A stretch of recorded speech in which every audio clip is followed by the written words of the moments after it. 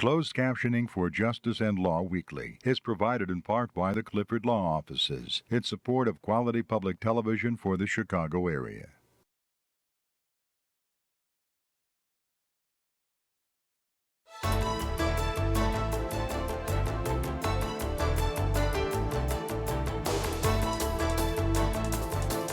Welcome to the Chicago Bar Association's Justice and Law Weekly. I'm Aurora Austriaco, president of the Chicago Bar Association. Just the Beginning Foundation has its roots in Chicago and will be celebrating its 20th anniversary this fall with an outstanding conference entitled Reaching Back, Lifting Up. Just the Beginning Foundation was founded in Chicago in 1992. As part of its mission to increase diversity within America's legal profession, it offers pipeline programs to encourage and inspire young students to pursue careers in the law.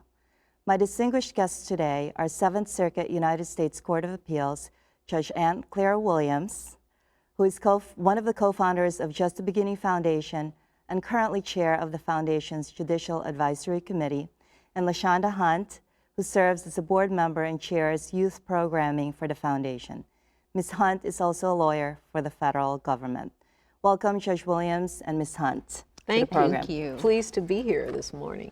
Well, I know you've got a very busy schedule, so it's really a pleasure having you here and having you, Ms. Hunt, here at the program. First of all, I'd like to congratulate you, Judge Williams, for the Just the Beginning Foundation celebrating its 20 years. How does it feel to finally see a program that you started 20 years ago celebrating its 20th year? Well, one thing, it makes me feel more experienced in life, but what it does is it's the coalition, it's all the people who have gathered together to make the programs have meaning. Right. And that term, Just the Beginning Foundation, was actually a quote from President Jimmy Carter, because he had appointed more women and more judges of color than any president combined during that 4 years he was president. And he was asked about that, and he said, yes, progress has been made, but it's just a beginning. So when we had our first conference, we used the president's words, just a beginning, and we used it. It started as a celebration of the anniversary of Jim Parsons, who was the first African-American district court judge appointed in the country in 1961. He was modest and shy, didn't want a dinner in his honor, but agreed that it could be a celebration of the integration of the federal bench. We had that weekend celebration. It was so successful, we created the foundation. And so it is, you know, with great joy I'm feeling on the 20th anniversary of the foundation. It's like your baby growing up, it is like right? my baby growing up. Yes, it is. Yes, it is. That's right. Now, Judge Williams, the foundation, what is its mission statement? What is the main goal? The main goal is to inspire and to train students of color and students from other underrepresented groups to consider careers in law. Right. The numbers are not great. I think maybe 11% of the bench of the bar is lawyers of color. Right. And we wanted to, in doing these gatherings, we were learning the history of the judges, and we learned that many of the judges were first-generation college, first-generation law students, like many of the students of color in our community. So we wanted to develop programs that would let them see there was another way. You know, that you didn't just have to be a basketball star, or, right, you know, you didn't have to be a rapper, you didn't have to, that there were other ways that you could achieve, and that we had extraordinary role models. So initially we started by doing exhibits at the Harold Washington Library and at a couple libraries, and getting judges and lawyers to do tours, and then we realized that we needed to have something more formal. And so with the help of a grant from the Law School Admissions Council, we created a curriculum with the Chicago Public Schools. We created a CD that was out of date the day it was printed. And then we realized we needed to control the programming. Right. And that led to LaShonda Hunt and the creation of our first Summer Legal Institute. And now we have Summer Legal Institutes for middle school, high school. We partner with programs that focus on college students. We have programs for law students that intern in the chambers of federal judges. We have a program for students of color for clerkships. We've placed over 100 students in federal clerkships. And this is the second year of our summer internship program. We have 65 diverse kids in the chambers of federal judges across the country. And we also formed a partnership with all of the law schools here in Chicago, the Consortium on Diversity, and we now have a Jump Start program that helps students when they're admitted to law school, a 3-day program that helps them have a jump start on law school so they can have greater success, get better grades, they can be more successful lawyers and hopefully become clerks. But LaShonda can tell you about the high school program which is started. a great segue to LaShonda. Why don't you tell us about the program? I sure can. So back in 2006, I took a break from the practice of law and joined the staff of Just the Beginning Foundation as a project director. And we were in a sort of a position where the foundation was looking to expand our reach. And so we decided to develop a summer legal institute. And part of what we have to do is first and foremost just expose kids to the legal profession. I mean, they see it on TV, but they don't really know what does it take to become a lawyer, and more importantly, can I do that? And so we wanted to create a model that would be replicated around the country where they'd have an opportunity to go to a law school in a legal setting, go visit law firms, go meet federal judges, engage in critical thinking exercises, do what lawyers do every day, meet lawyers, hear lawyers' stories, so that they would first be exposed and then inspired to consider a legal career.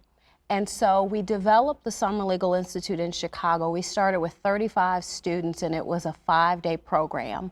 Today, it's in 7 cities. We are serving how many students, Judge? Over 700 students between Seven. our summer programs, our college programs, a law student overall. Right. And because in Phenomenal. addition to doing the summer programs Right. every summer, we do programming throughout the year. During the school year for our JTBF scholars. Right. And so we really, from that, sort of small seed that we developed, we now have a middle school camp that's run in Chicago. We have over 80 kids who participated in that. We have an advanced summer legal institute for JTBF scholars who have already been a part of our programs but want to learn a little bit more, go deeper. And so it has really taken off and developed that one seed. We are planting seeds everywhere, and that's really how we are furthering our mission. And one of the things I think that's critical, because of course, students need to know in high school, what kind of courses should I be taking? Right. And so when they come to the Summer Legal Institute, they have to bring their personal essay for college. Yes. It is mandatory that an adult, a parent, a grandmother, foster parent, someone come with them, because we do a seminar for parents on financing and education. Right. They do a college tour. They learn networking skills. We create things and opportunities for them to actually present themselves as a professional would do. They have to apply online. There's an application. They need a reference from a teacher. We need to see their grades, and we do an actual oral interview by phone to get them again in the mode of being a professional. Right. And in the advanced program, they actually shadow judges for a couple days and do 2 days of intense research on college admissions.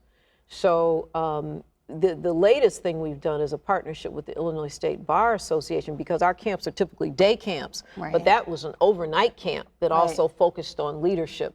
So as LaShonda said, these are models that can be replicated around the country. And in Washington, D.C., for the second year, our middle school program went to the Supreme Court. This year they met with Justice Kagan. The year before was Justice Alito. I mean, it is an extraordinary thing to take 35 middle schoolers and they actually have an opportunity to speak with a justice. Right. I mean, where do they get the experience, experience particularly, to meet with a Supreme Court justice? Right. Now, you mentioned you're in several states. What states are you in with the program? And second part of that is, do you envision that it will expand to every state? in the country? Well, we're in Washington, D.C. now. It's the third summer for Washington. We're in Indianapolis and Minnesota. I think the fourth summers for those, third or fourth summers. Right. We're in Detroit with a partnership with Cooley Law School. Okay. We're in New Orleans with a partnership with the New Orleans Bar Association. I mentioned the Illinois State Bar Association here. In Piney Woods, Mississippi, Yes. we have a partnership with a historically black high school, middle school, private school, where we run programming throughout the year. Yes, and the idea would be to expand to every state. Right. Because students need this kind of exposure. They need to know that they can.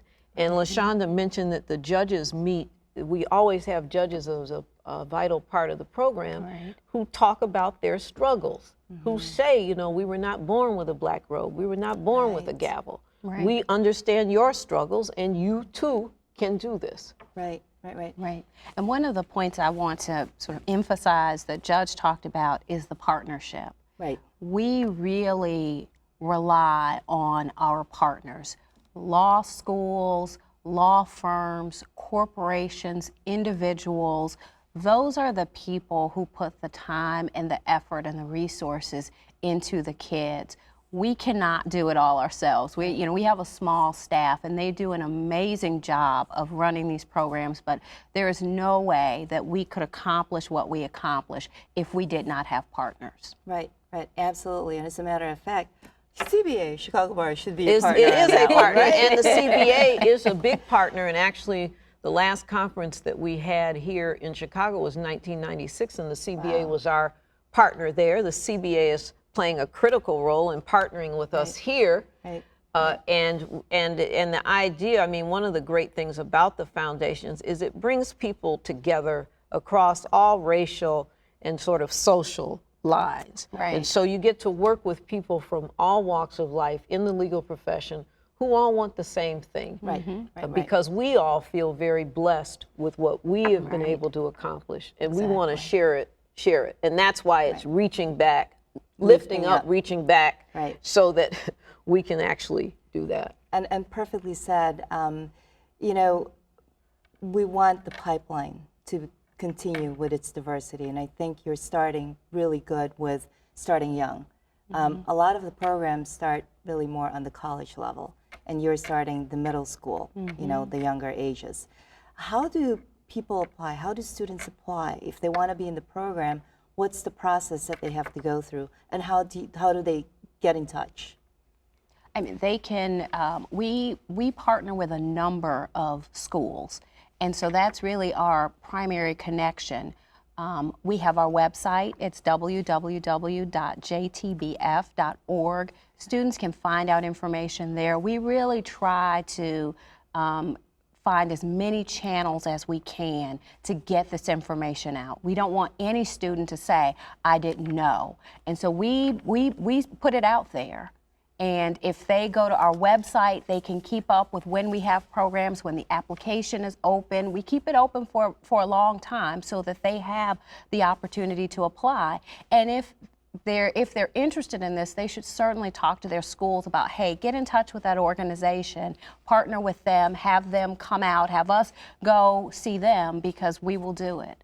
And we had for the high school program, just in Chicago, we had over 400 students apply. Wow. For the middle school program, we had over 400. We ended up with 83 middle school students who were here last year, both from public, private, charter schools, Catholic schools, and the same thing is true in the high school program. We have over 80 now, just in Chicago, attending the program. That's phenomenal. As people find out more and more, each year the class has grown larger and larger. And we use law students to serve as team leaders. We have a very able staff. Laura Ramsey, Paula Lucas is our executive director, and Dana Horst is our development person. But they have to hire law students, also volunteers. A lot of law firms provide their young lawyers. So for example, one of the things the students have to do is an oral argument.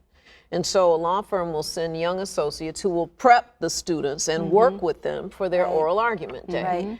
And we have an associate board of young lawyers who do work with the students. We're trying to work on a continuum, so if a student gets involved with us in high school, we can help them with the college situation. Right. And then now in this world of Twitter, tweet, and all that, trying to maintain a connection with them so we can help them and move them toward programs that might be helpful at the college level, at the law school level.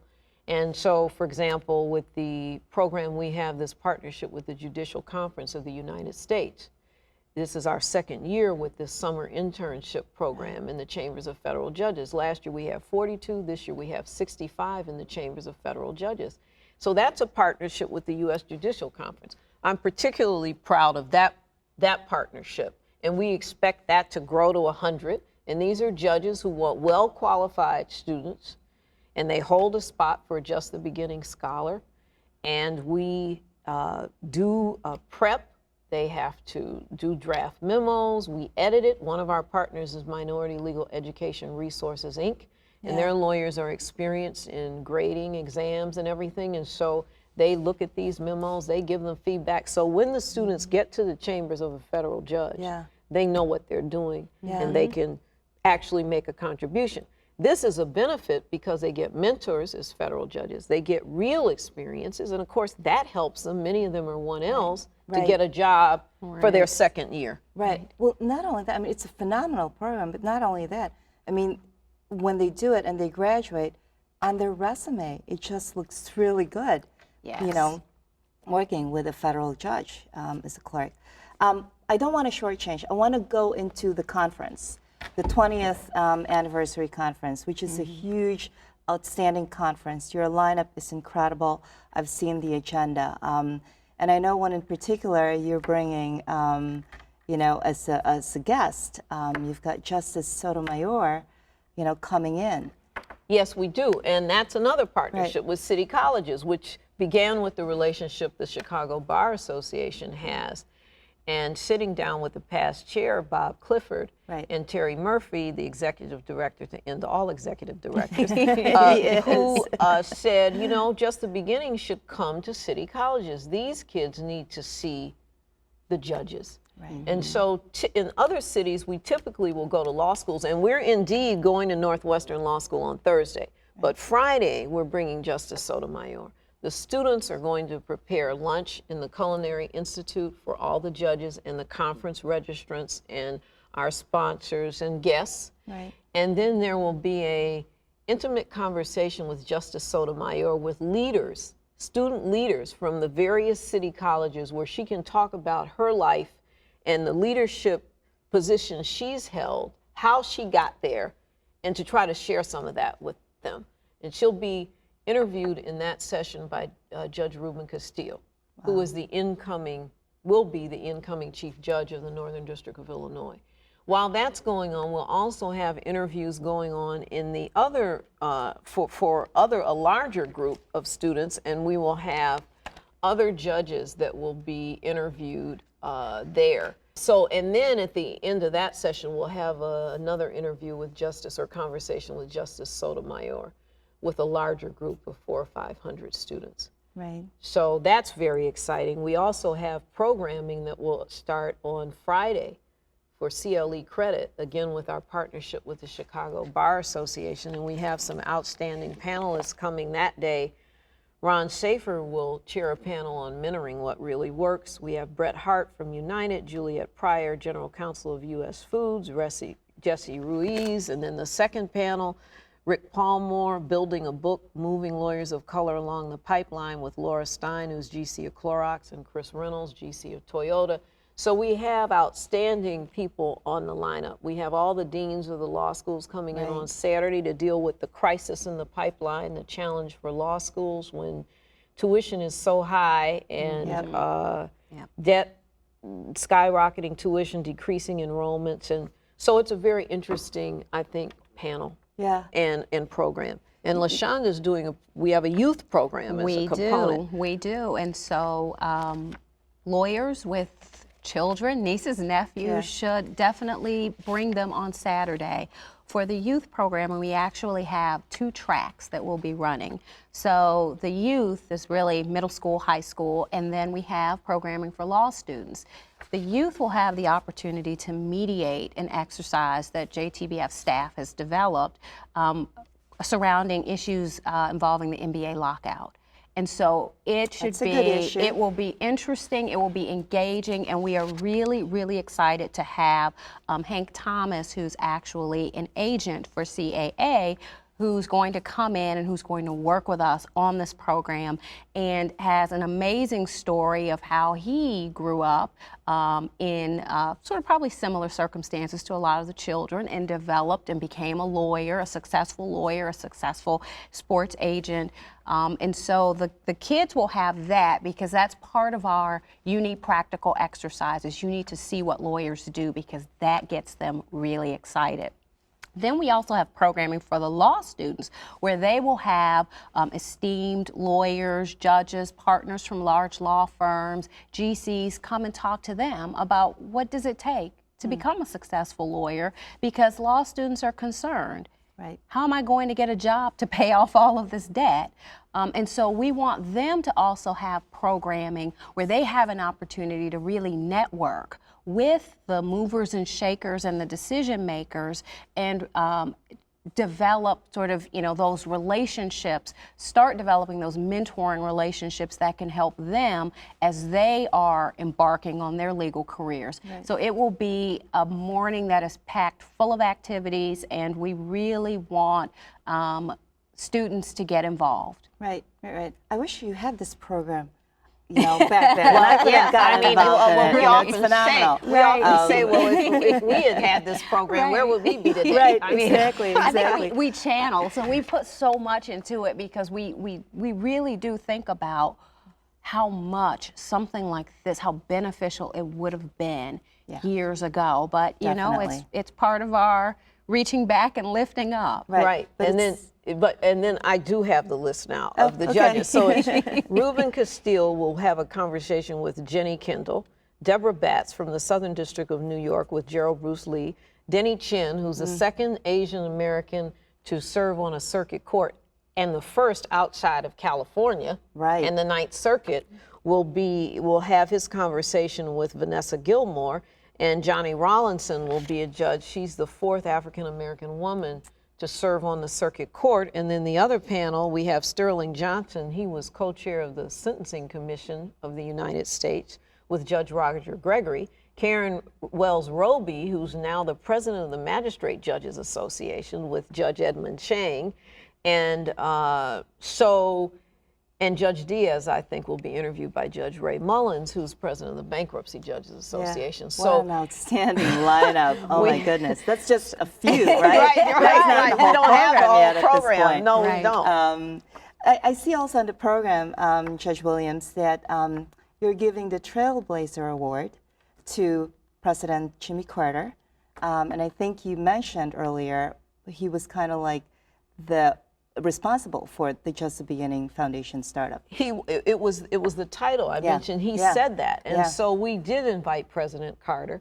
He is unable to join us for the conference, but we were so fortunate about a month ago. He invited us to come down to the Carter Center in Atlanta.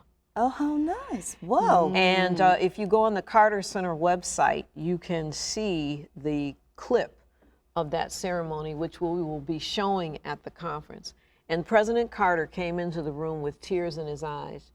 And we had 3 judges who were Carter appointees. Wow. 2 from Georgia, Judge Phyllis Kravitz. She was the first woman appointed in the South to the Court of Appeals. Wow.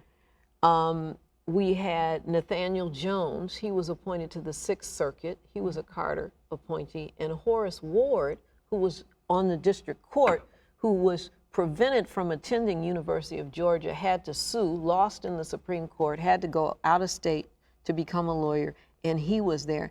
And it was such a moving moment. They were all in tears. It was just extraordinary. And we were so honored that the president would allow us to present him with that award. So yes, it was named after his good work. Right. And then we're also honoring Judge George Layton, who has been honored and deservedly so, who will be turning 100 in October. Wow. And he's receiving the Trailblazer Legend Award along with Jerry Solovey, who unfortunately passed for a lot of reasons. I mean, we all miss Jerry. It's just a huge loss to the community. And Jerry was very committed to Just the Beginning Foundation and to George Layton. And so we're honoring them as well at the conference. Yeah. And providing scholarships. Every other year, the conference has actually been in 8 cities since it's come back to Chicago. We've actually had 10 conferences.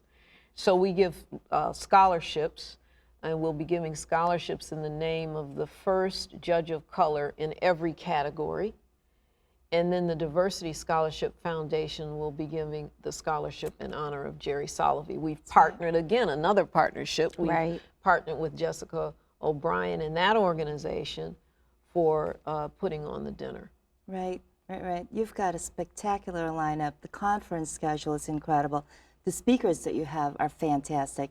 How many people do you expect or anticipate? Because I know right now you're already at about 150, 200. That's not having massive publicity yet. Right. Well, we have now over 80 federal judges from around the country and their guests. And then we have, I don't know, probably another 30 or 40 people have registered for the conference. So I would say probably registered for the conference around 200, 250. And then we offer these CLE courses, CLE classes, thanks to the Chicago Bar Association. The 2 sessions on Friday morning and the 4 sessions on Saturday morning will be available for CLE credit, and we are offering it free. And it does focus on diversity and the pipeline, different aspects of the pipeline, mentoring what works, building a book, one on, I think I mentioned the Dean's panel on the crisis in law school, the global economy, what's the impact? One on retention, because that's an issue for lawyers of color. Being retained in law firms and in corporations. I wish we could go on and on with the conversation. I should have 2 hours allotted to this program, but we are out of time. Thank you, Judge Williams and Ms. Hunt, for being our special guests today. The work that Just the Beginning Foundation is doing to increase diversity within the legal profession and on the bench is outstanding and much needed. Best wishes to the foundation for its 20th anniversary conference and continued success. I'm Aurora Austriaco. Thank you for watching the Chicago Bar Association's Justice and Law Weekly.